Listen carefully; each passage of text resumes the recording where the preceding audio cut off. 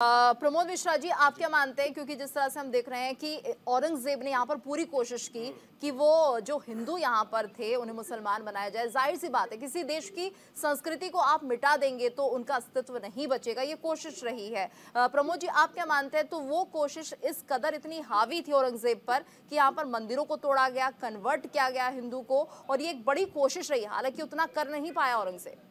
बिल्कुल, देखो जब से आने का और करने का जो प्रयास रहा है कि किसी भी देश को अगर मिटाना है, नष्ट करना है, तो उसकी सभ्यता और संस्कृति को नष्ट कर दीजिए।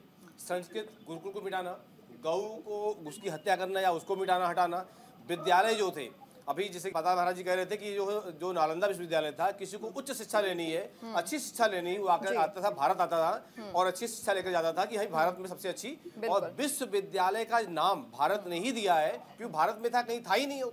तो ये सब जो है उच्च शिक्षा, उच्च विचार, ये सब भारत में ही था, कहीं था ही नहीं।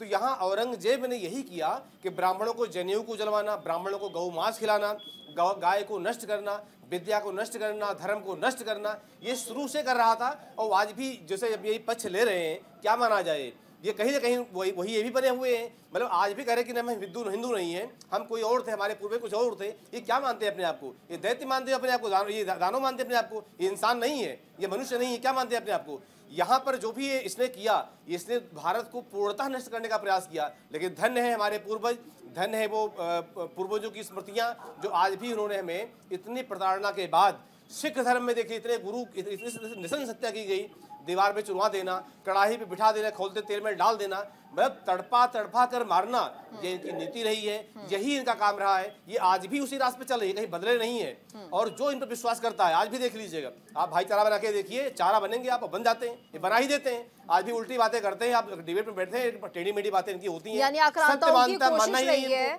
कि भारत को तोड़ा जाए, भारत की सभ्यता को खत्म किया जाए, इनका प्रयास लोग जो यहाँ पर थे उन्हें बांट दिया जाए।